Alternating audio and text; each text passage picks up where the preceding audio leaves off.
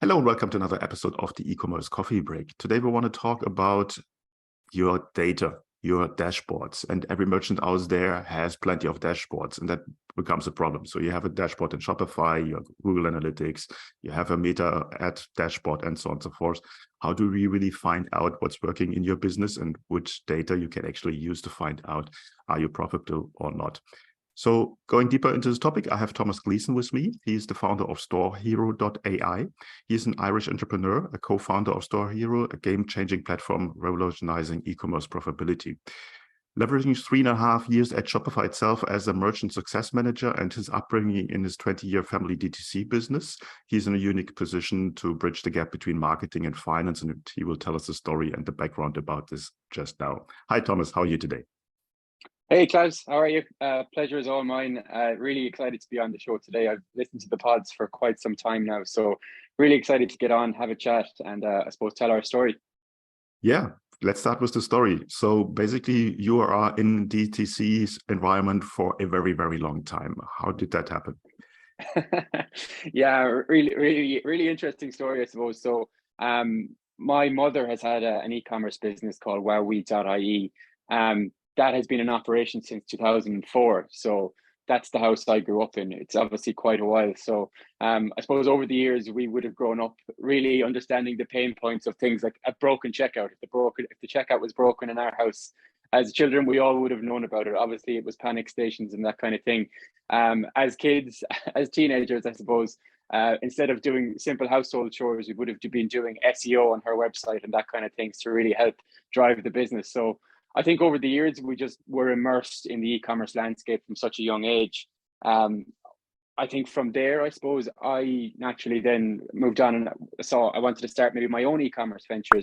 And I had a couple of small e-commerce businesses myself. I started my first e-commerce business at 19, selling personalized children's books. And I had a number of other small Shopify stores later on.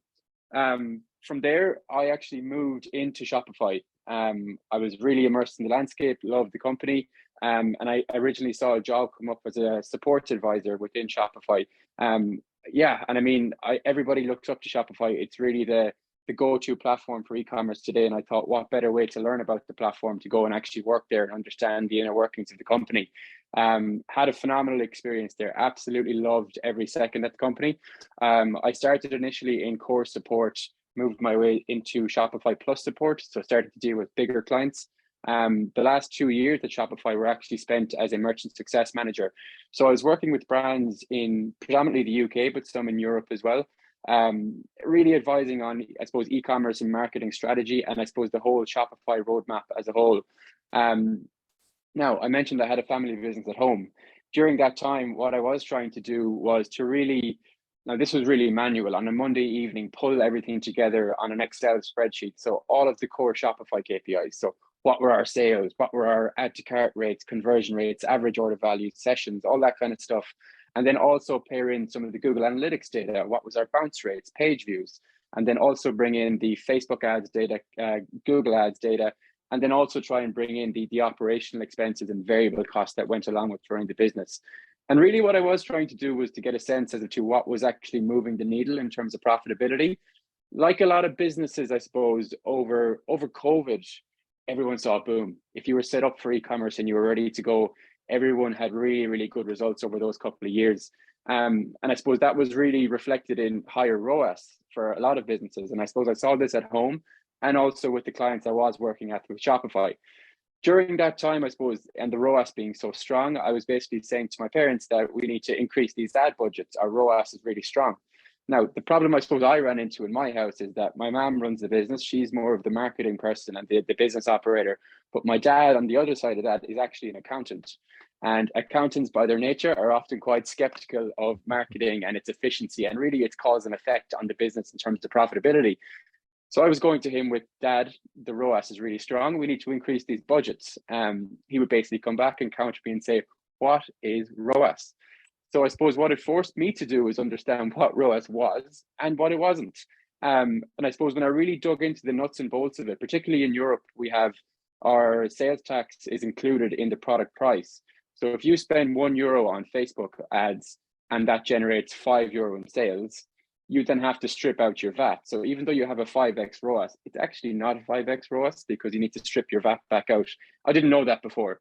Then I actually also had to fuse in all of the product costs and operation expenses and variable costs. And that really forced me, I suppose, to understand what our break-even point ROAS was on a product level. And then as a result of that, being able to figure out, okay, what is the break-even point of the business from a marketing perspective? Like how much can we afford to spend on marketing in terms of ROAS or in terms of MER before we would actually lose money as a business? Now, I had been knocking around the industry for quite a while, and this took me quite a long time to figure out. And really, it might sound quite technical for people who aren't aware of some of these metrics, but fundamentally, what you're trying to understand is how much money can I spend before I lose money? And that's quite fundamental. Every business should be aware of that. And I suppose from my side, that opened my eyes to a wider industry issue that I saw firsthand at home, but also with a lot of Shopify merchants, where most e-commerce operators were and still are they are taking their financial advice from a bookkeeper or a CFO, but like a lot of the time that person isn't specifically an e-commerce accountant or an e-commerce bookkeeper or CFO. And why does that matter, you might ask? Well, e-commerce, no matter what way you try and spin it, is predicated on marketing metrics. And most accountants I speak to, unless they're really in the weeds with e-commerce, they almost get scared by these marketing metrics. So fundamentally, what they're actually doing is taking their business and financial advice from somebody who doesn't really understand their business. And I think that could have been allowed to fly in the last number of years when ROAS and CAC was much better and much more efficient for businesses.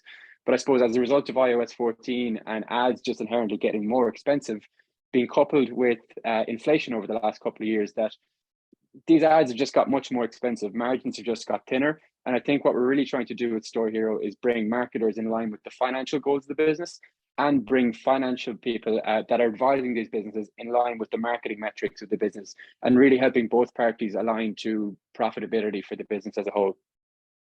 Yeah, I think you did a very good job on summarizing what I also have experienced. A lot of merchants are overwhelmed by their KPIs and they have no idea if they're really profitable or not because there's so many data all over the place and bringing them all together is a huge problem. Now, one might say, but I have Google Analytics, I have my Shopify dashboard. Isn't that good enough? Apparently it's not. Tell me why. Yeah, I mean, I suppose your Shopify and your Google Analytics dashboard, I mean, they're phenomenal tools, obviously, but they're not telling the full picture. Looking at you're not going to be able to tell how profitable you are from your business looking at your Shopify or your Google Analytics. Why? Well, for instance, your product costs are not the only cost, unfortunately, that you need to run your business. You have to fuse in all of your marketing spend. And then on top of that, you have all of your labor costs, rent costs, 3PL costs, shipping costs, as opposed to shipping sales. And I suppose all of those other variable costs and operation expenses that are not accounted for in either platform. No, it makes absolutely sense. Specifically, when we're talking about Facebook ads, it might be misleading if you say, okay, there is a return on ad spend in Facebook ads, and it looks good, but it's not. Now, with StoreHero, obviously, you have developed a solution that takes you away from spreadsheets, which obviously are very time-consuming and very easy to make mistakes in there. From what kind of sources do you pull all the data together into StoreHero? Yeah, so I suppose my co-founder, Carl, and I would have started working on this maybe about 10 months ago. Carl's previous background was in the agency.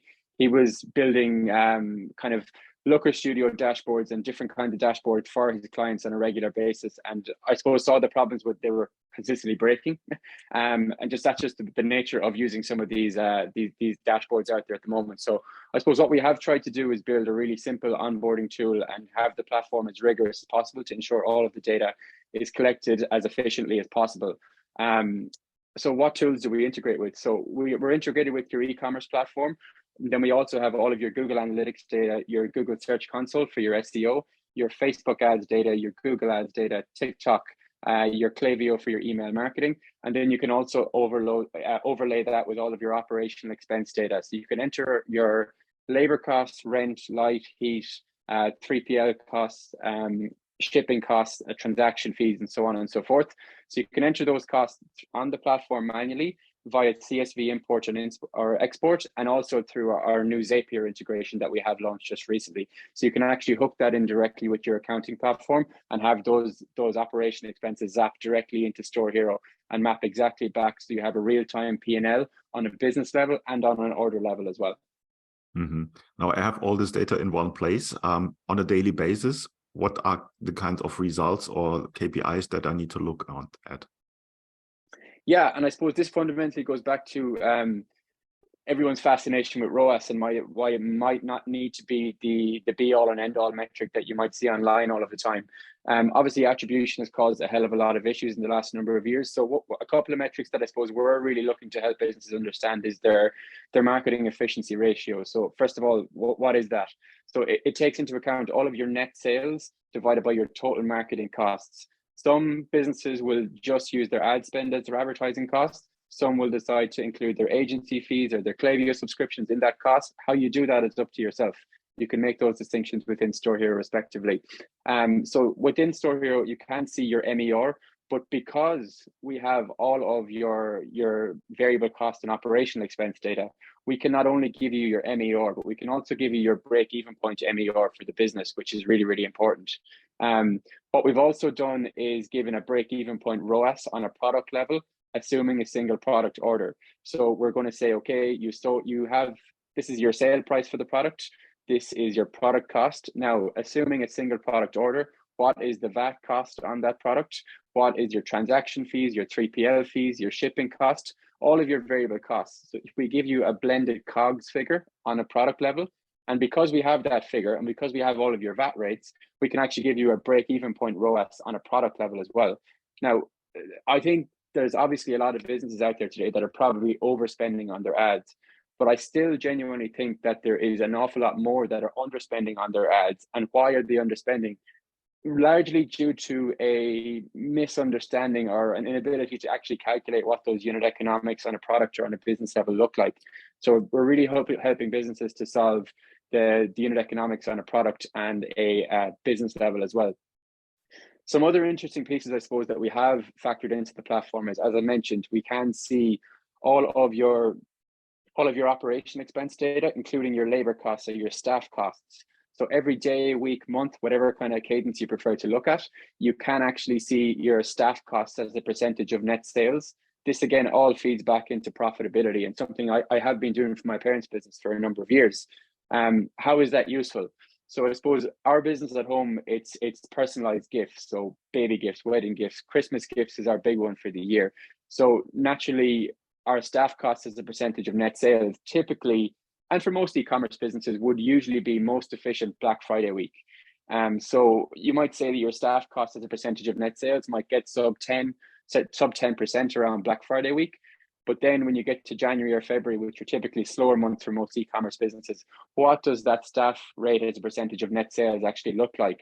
And enabling you to see that will allow you to make better hiring decisions. And maybe when it makes sense to outsource your fulfillment to a 3PL, maybe when you don't need as many staff on it. And all of this stuff, I suppose, really funnels back into the key priority that we're trying to solve is the profitability of the business as a whole. And I suppose one other piece that I think is quite interesting, and we're seeing a lot of businesses really get a lot of use out of, is the order level profitability. So unfortunately, if you buy a product for X and sell it for Y, your sale price minus your product cost is not your profit, unfortunately. Now, at the moment in e-commerce, everything is quite fragmented. You're working with so many different platforms and it's really tough to pull them all together. So what we have done at StoreHero is enable you to pop in what your shipping cost is on an order. So irrespective of whether the customer has paid for shipping, now every website you go onto today has some kind of free shipping threshold. One issue I have with that, with the current setup on Shopify, is that unless your customers have entered a free shipping promo code, you've no idea how much free shipping you've given away as a business because it's just set up as a shipping setting, spend X, get free shipping. So with StoreHero, you can pop in what your default shipping cost is. You can set that up by country. And then you can, if that still isn't good enough for you, you can actually map directly with our Zapier connection into your shipping carrier and exactly map those order shipping costs directly back to the order levels. So Once we get to the order level P&L, we can say, okay, you sold the product for this, you bought it for that. That was your VAT cost. This was your shipping cost, irrespective of whether the customer paid for it or not. This was your 3PL cost, your transaction fee cost. And really what you have is a gross profit on an order level. One thing, I suppose, a bit of pushback we get from this is why would I need to see my order level profitability? I mean, I have thousands of orders going through my site every month. I mean, you're not going to want to look at this every day or every hour, but maybe you might. But popping in at the end of every week or every month and filtering those orders by, okay, these are the top 10 margin making orders, and trying to understand, I suppose, the genetic makeup of those orders. Why are these guys the most profitable products, and how profitable orders, sorry, and how can we replicate this as much as possible? That's obviously fundamentally really, really important. But I actually think the opposite is more important for businesses. They typically know the makeup of these really profitable orders because they're the ones they want to look at all the time. But actually understanding the genetic makeup of the orders that are making you very little margin or that are actually losing you money, and this all again is prior to your ad costs coming into the equation at all. Trying to understand the genetic makeup of those really poor margin making orders is probably even more important in my opinion. And I suppose what are the hallmarks of a typically low margin or loss making order? Well, it could be that you have, straight off the bat, you might just have really poor margins on a product. You might have even worse margins when you actually factor in your shipping costs, your 3PL fee, and your transaction fee. And then you've that combined with a lot of discounting that goes on in e-commerce today. So understanding your gross profit in terms of the highest margin making orders and the lowest margin making orders is incredibly important, because really once you have a handle on that, your whole e-commerce strategy, if your focus is around first order profitability, can work backwards from that. How can we do more of this and less of this? And really fundamentally look at the strategy as a whole from those key points. No, I think that's a very, very important feature in there. And listeners know that I'm a big fan of the Pareto principle, the 80-20 rule, and that helps you to find the 20% that performs extremely well and the 80% that's underperforming. And that might have a huge impact in your business if you can really focus on that on your order level. So that's a very nice feature. I like that. Now, we were talking on different aspects of business, and I want to know what kind of users or user scenarios do you have for StoreHero? Obviously, you have the marketing guy.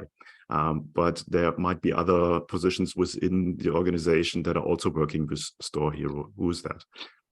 Yeah, I mean, initially we thought the product would be adopted by marketers. That has probably evolved in the last couple of months. And I think it's probably due to the hallmarks of the industry as a whole, where margins just are getting a lot tighter. We have the marketers using the platform. There's a lot of them using it, but we actually tend to see the product is falling more into the hands of founders and CFOs, fractional CFOs of the e-commerce brand, or people who are more in the financial weeds of the company to really truly determine the impact of profitability on various aspects of the business. So yes, it is being used by marketers, but probably more so by founders and CFOs within the business. Like another piece we do have in the platform there as well is the real-time P&L dashboard. So you can look at you have a real-time P&L fusing all of your operational expenses in there and your variable costs. So you can get a true picture of what your contribution margin is down to your net profit level, along with all of your core e-commerce and marketing KPIs into one line. So for the first time, I suppose what we're actually seeing businesses use it for, and which is really encouraging from our side, is it's being used in the weekly meeting with the founder, the marketer, and the finance person to really look at StoreHero as almost their single source of truth to really analyze the business in terms of profitability. So yeah, it's being used by financial people in the business, founders, and really, I suppose, profit KPIs, e-commerce managers or marketers, which is really interesting and really great so far, to be honest. Yeah, and I can totally relate to that. In the past, in my work life, I had to do spreadsheets to convince marketers, salespeople, and accountants, and it was not an easy task. So if you have something that can do this automatically, that's a huge win. Tell me a little bit about the features. What kind of reporting features does the system offer? Yeah, so I suppose we have the real-time P&L dashboard. You can export that through CSV import or export. Every morning you will get a P&L of every morning, each week, and every month you will get a P&L of the previous time period. As you go through the platform, you can pin any of the metrics that mean the most to you, and they will also appear on the morning email. So a lot of people are actually getting a lot of use from the platform without even logging into it, which is great. They just get their They just get their email report in the morning with the P&L along with the metrics that mean the most to them. So I suppose, what are some of those metrics that we typically see business owners really look for on a regular basis? Staff costs as a percentage of net sales is typically one. Operational expenses as a percentage of net sales is another. You have your typical ones like blended ROAS, Facebook ROAS, ad spend, conversion rates. Obviously, net profit is the one everybody really wants to see at the end of the day. When we talk about attribution tools, it's a murky time in the e-commerce industry to really talk about attribution. But I suppose the best attribution tool out there is looking at your net profit at the end of the day, because that's really what matters. So yeah, we obviously have all in there as well, our LTV to CAC ratios and all of a real retention piece on the platform as a whole. So looking into a deep analysis on your LTV to CAC. One piece I suppose I'd like to highlight on this podcast, because I think it's really important, is the LTV to CAC, and I suppose how we look to calculate it. I hear different calculations for this all of the time, and particularly the value piece. What is the value component of LTV to CAC? Whether I'm right or whether I'm wrong, I'll probably give my own 2 cents in it. I personally don't think it's just complete revenue. Your revenue over your time period is not the real value of the customer, because they mightn't even be generating profitable orders on that basis as well. Our LTV to CAC ratio is the value piece in particular is done on basically your contribution margin too, which essentially is your product cost minus your VAT and all your variable product costs to get that order out the door. So really what the true gross margin on that order is divided by your full customer acquisition cost over time, which I think really speaks to our true focus on profitability as well. We have the ability to see LTV to CAC in a number of different views. Obviously, you can look at your customer lifetime revenue compared to CAC as well, but our thesis on customer lifetime value is that contribution margin to divided by CAC over time. Mm-hmm. Tell me a little bit about the onboarding process. How much training is involved? How long does it take to get everything implemented? Yeah, great question. That was one piece that we really wanted to double down on and make sure it was as easy as possible. And I'm pretty confident we have done that, to be honest with you. So typically the onboarding process comes in 2 stages. The first stage is kind of single sign-on to your Shopify store through all of your Google Search Console, Google Analytics, Facebook ads, Google ads, TikTok ads. All of the marketing data is available for you immediately. Typically, depending on the size of your Shopify store, the data sync will take anywhere from 12 to probably 48 hours, depending on the level of data that has gone through the store. What happens then is once all of the Shopify data has been synced in, all of your product costs, all of your products orders, all that kind of data, we will jump on another call then with the customer to give them a much deeper run through the platform, just make sure all of our variable costs and operational expenses are piped in correctly, and then you're ready to go. We are at the moment offering a kind of monthly consult for the first 2 or 3 months along with the StoreHero subscription, just to make sure business owners are getting the most value out of the platform that we know is there. So that's typically the onboarding process we have at the moment. Okay, tell me a little bit about the pricing plans. How does that work? Yeah, great question. So at the moment, the pricing plan is based on a tiered basis in terms of the revenue the store is generating. So that typically starts at $199 for stores around the $1 million mark, and then that scales up to our top pricing would be for stores in the 20 million plus bracket around the $13.99 per month. We don't have any contract tie-in, so it's a monthly rolling contract, and you can opt out at any time. We do have a free 14-day trial that's active for anyone to jump on and have a look as well. Okay, perfect. Where can people find out more about StoreHero? Yeah, they can pop over to our website, which is storehero.ai. They can find us on LinkedIn or on Instagram as well. Yeah, that's where they can find us. Cool. I will put the links in the show notes as always, and you're just one click away. Thomas, I think you have a amazing product there. It makes the life so much easier for a merchant, and I definitely will look into it, to be honest, for my own store. So I can highly recommend that for every merchant to check it out, and it might be the right fit to make just your life a little bit easier on a day-to-day basis. Thanks so much for your time today. Thank you very much, Klaus. Hey, Klaus here. Before you go, I would like to invite you to become part of the e-commerce merchant pro community to get actionable advice from other Shopify merchants who already have achieved what you are aiming for. Our community is a safe place to actively grow your online retail business with the support of the most amazing and helpful group of e-commerce entrepreneurs behind you. Running a Shopify business is tough. Don't do it alone. Join us now. You will find the link in the show notes. Also, if you think your online store has conversion or marketing issues and you would like to have a fresh set of eyes on your business, then drop me an email at klaus@klauslauter.com and let me know a little bit about your business. It might be beneficial for you to have me look over your store, offers, emails, and ads and get an unbiased outside perspective and guidance to help you make most of your online business. Thank you as always for tuning in today. I appreciate you. Until next time, and I talk to you soon.